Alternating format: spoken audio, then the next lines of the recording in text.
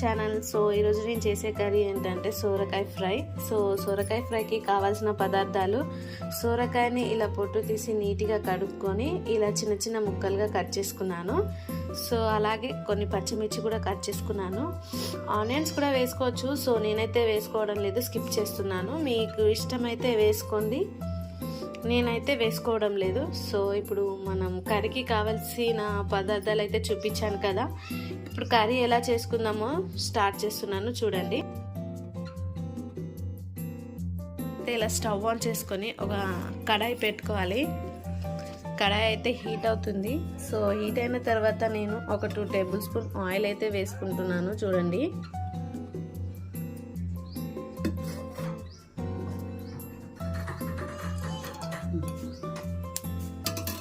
Oil అయితే heat అయిపోయింది. So ఇప్పుడైతే నేను జీలకర్ర ఆవాలు వేస్తున్నాను.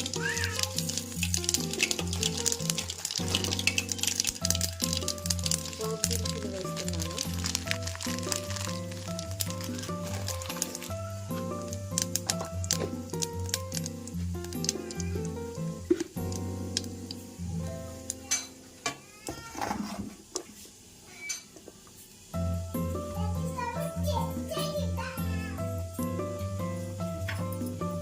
దినుసులు అయితే ఫ్రై అయిపోయినాయి ఫ్రెండ్స్. సో ఇప్పుడైతే పచ్చి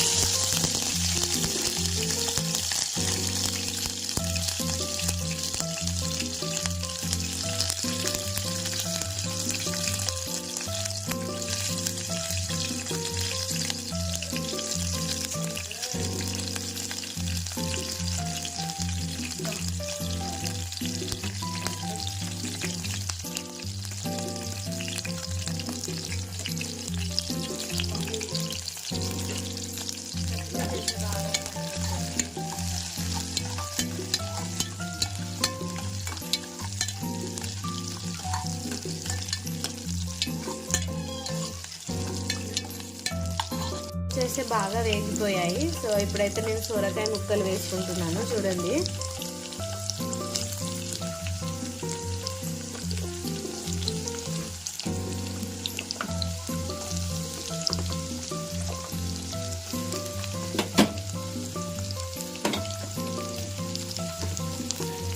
నేనైతే ఒక సొరకాయ తీసుకొని దాన్ని ఇలా శుభ్రంగా పొట్టు తీసేసి కడుక్కొని ఇలా చిన్న చిన్న ముక్కలుగా కట్ చేసుకున్నాను. కట్ చేసుకున్న తర్వాత ఇప్పుడైతే సొరకాయ ముక్కల్ని అన్నిటిని వేసుకుంటున్నాను, చూడండి. ఒకసారి అయితే ఇలా ట్రై చేయండి అబ్బా, చాలా బాగుంటుంది, టేస్ట్ కూడా బాగుంటుంది. సో మొత్తం అయితే వేసుకున్నాను. అలాగే ఇప్పుడు సొరకాయలు ఉడకడం కోసం ఒక స్పూన్ అయితే సాల్ట్ వేసుకుంటున్నాను, చూడండి.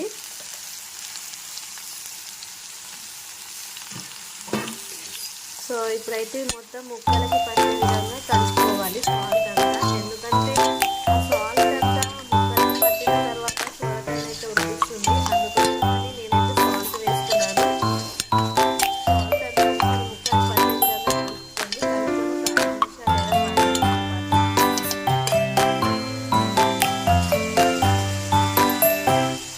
మూత పెట్టి ఉడికించుకోండి.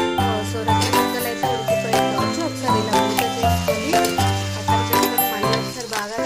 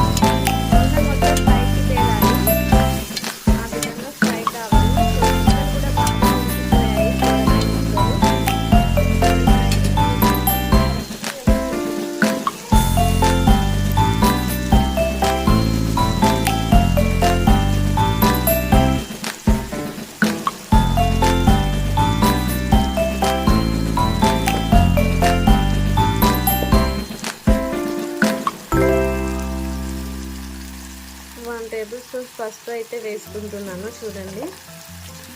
సో వేసుకొని అది కూడా పచ్చివాసన పోయే వరకు ఫ్రై చేసుకోండి ఈ విధంగా.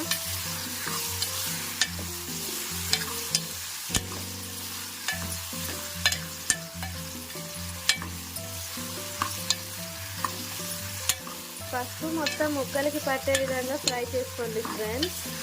సో ఈ సోరకాయ కాకుండా దీంట్లో కొంచెం పప్పు వేసుకొని చేసుకుంటే చాలా బాగుంటుంది.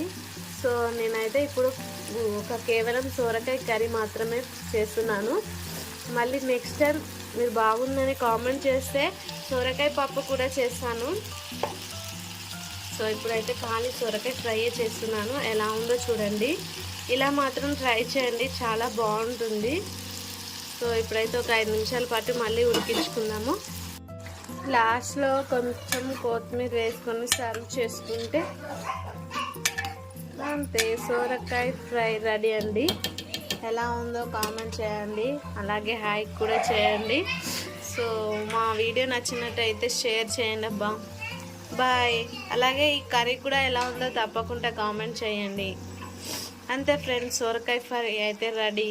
Welcome to our channel. So ఈరోజు నేను చేసే కర్రీ ఏంటంటే చిక్కుడుకాయ, అలాగే దాంతోపాటు ఆలు. సో 2 మిక్స్ కలిసి అయితే చేస్తున్నాను. ఇలా ఒకసారి ట్రై చేయండి, చాలా బాగుంటుంది. సో ఇంట్లో ఏమీ లేనప్పుడు ఒకసారి ఇలా అన్ని కూరగాయలతో ఒక కర్రీ చేయండి, చాలా బాగుంటుంది. సో ఎప్పుడైనా మీరు ట్రై చేయకపోతే ఇప్పుడైతే మళ్ళీ స్టార్ట్ చేసి ఒకసారి అయితే ట్రై చేయండి అబ్బా, చాలా బాగుంటుంది. కర్రీ టేస్ట్ కూడా సూపర్గా ఉంటుంది. సో దీనికి ఏమేమి కావాలో ఇప్పుడైతే చెప్తున్నాను. నేనైతే కొన్ని చిక్కుడుకాయలు తీసుకున్నాను 1/2 kg, అలాగే ఒక 2 ఆలుగడ్డలు తీసుకున్నాను, అవి కూడా సన్నగా కట్ చేసుకున్నాను. ఒక ఆనియన్ తీసుకున్నాను, అది కూడా సన్నగా కట్ చేసుకున్నాను. అలాగే కొన్ని పచ్చిమిర్చి కట్ చేసుకున్నాను, అలాగే టమాటోస్. సో ఇప్పుడు లేట్ చేయడం ఎందుకు, కర్రీ ఎలా చేద్దామో చూద్దామా. సో ముందుగా అయితే ఇలా స్టవ్ ఆన్ చేసి ఒక కడాయి పెట్టుకోవాలి. సో కడాయి పెట్టుకున్నాక కడాయి కూడా బాగా హీట్ అయిపోయిన తర్వాత నేనైతే ఒక 2 టేబుల్ స్పూన్ల ఆయిల్ వేసుకుంటున్నాను చూడండి. ఇలా ఎప్పుడైనా అన్ని కూరగాయలను మిక్స్ చేసి కర్రీ చేసుకున్నారా మీరు? సో చేసుకుంటే అది ఎలా ఉందో ఒకసారి కామెంట్ సెక్షన్లో అయితే నాకు కామెంట్ చేయండి. సో ఇప్పుడైతే నేను ఒక 2 టేబుల్ స్పూన్ ఆయిల్ అయితే వేసుకున్నాను చూడండి. ఒక 2 లేదా 3 నిమిషాల పాటు ఇలాగే ఉంచితే ఆయిల్ కూడా బాగా హీట్ అయిపోతుంది. అయితే హీట్ అయిపోయింది. సో నేనైతే పోపు దినుసులు వేసుకుంటున్నాను, కొంతమంది అయితే వేసుకోరన్నమాట. సో నేనైతే వేసుకుంటున్నాను చూడండి. ఆవాలు కొన్ని, అలాగే జీలకర్ర కూడా కొంచెం వేసుకుంటున్నాను చూడండి.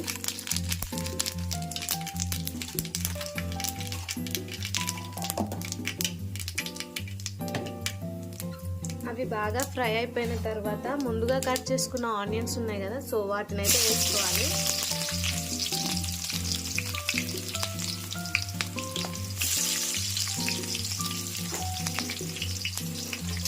ఆనియన్స్ వేసుకొని ఒకసారి మొత్తం బాగా ఫ్రై చేసుకోండి.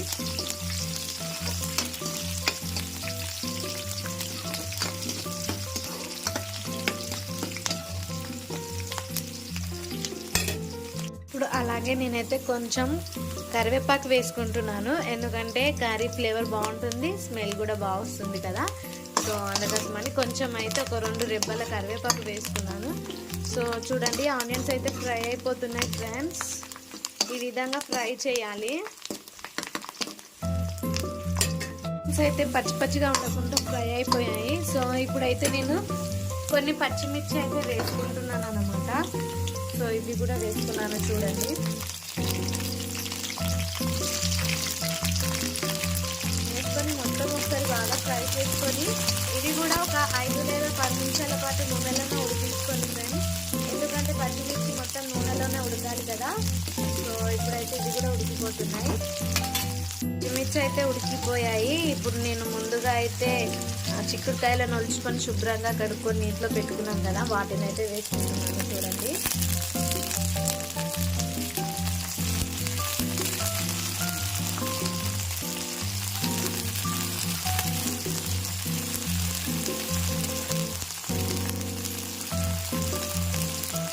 వాటితో పాటు ఈ ఆలు కూడా వేసుకుంటున్నాను నేను. చూడండి, ఇప్పుడు అంతా ఒకసారి బాగా కలిసే విధంగా కలుపుకోవాలి. నూనెలోనే బాగా ఫ్రై చేయాలి. చూడండి, ఏమాత్రం కూడా వాటర్ వేయకండి, ఇది నూనెలోనే ఉడికిపోవాలి. చూడండి, ఈ విధంగా అంతా ఒకసారి మిశ్రమం అంతా బాగా కలుపుకోవాలి.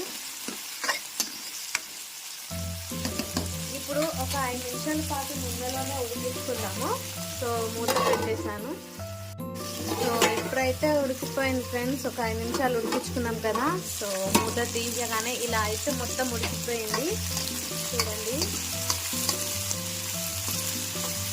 సో ఇప్పుడైతే నేను టమాటోస్ కూడా వేసుకుంటున్నాను.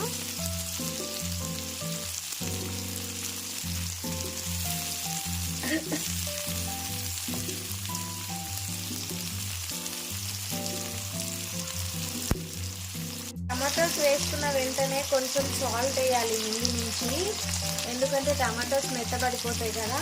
సో ఇప్పుడైతే వేసిన వెంటనే టమాటోస్ కలిపొద్దు మనం. ఇలా కొంచెం సాల్ట్ వేసి మూత పెట్టాలంటే ఒక 5 నిమిషాల పాటు అవే మెత్తబడిపోతాయి. ఇలా అయితే అయిపోయింది కదా. ఇప్పుడు మూత తీసి చూద్దాము. టమాటోస్ అయితే మెత్తగా ఉడికిపోయాయి.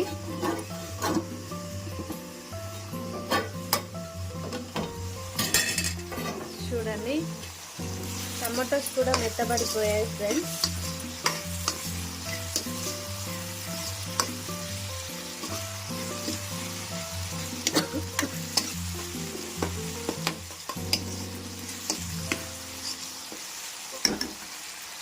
ఏది వేసినా వేయకుండా అల్లం వేసామనుకోండి, కర్రీ టేస్ట్ అలాగే ఫ్లేవర్ కూడా చాలా బాగుంటుంది. సో ఇప్పుడు అల్లం కూడా పచ్చి వాసన పోయే వరకు కలుపుకోవాలి. ఈ విధంగా చూడండి, అల్లం ముందే ఎందుకు వేయలేదంటే ఈ చిక్కుడుకాయలు అలాగే ఆలుని ఉడకనివ్వవు కదా. సో ఇవన్నీ అయితే ఉడికిపోయినాక లాస్ట్లో అల్లం అయితే వేసేసాను. సో ఇప్పుడు ఒక 5 నిమిషాల పాటు ఇలాగే గరిటెతో కలుపుతూ ఫ్రై చేసుకోవాలి అల్లాన్ని పచ్చి వాసన పోయే వరకు. సో చూడండి,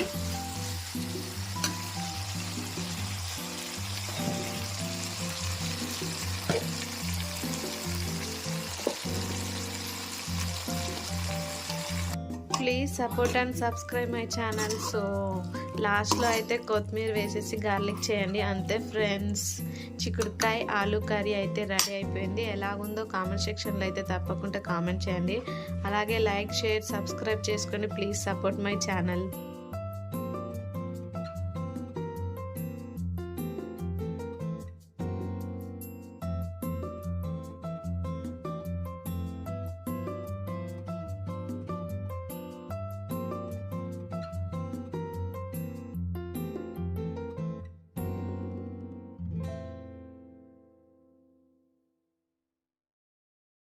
hi hello, welcome to Prince Lacy kitchen.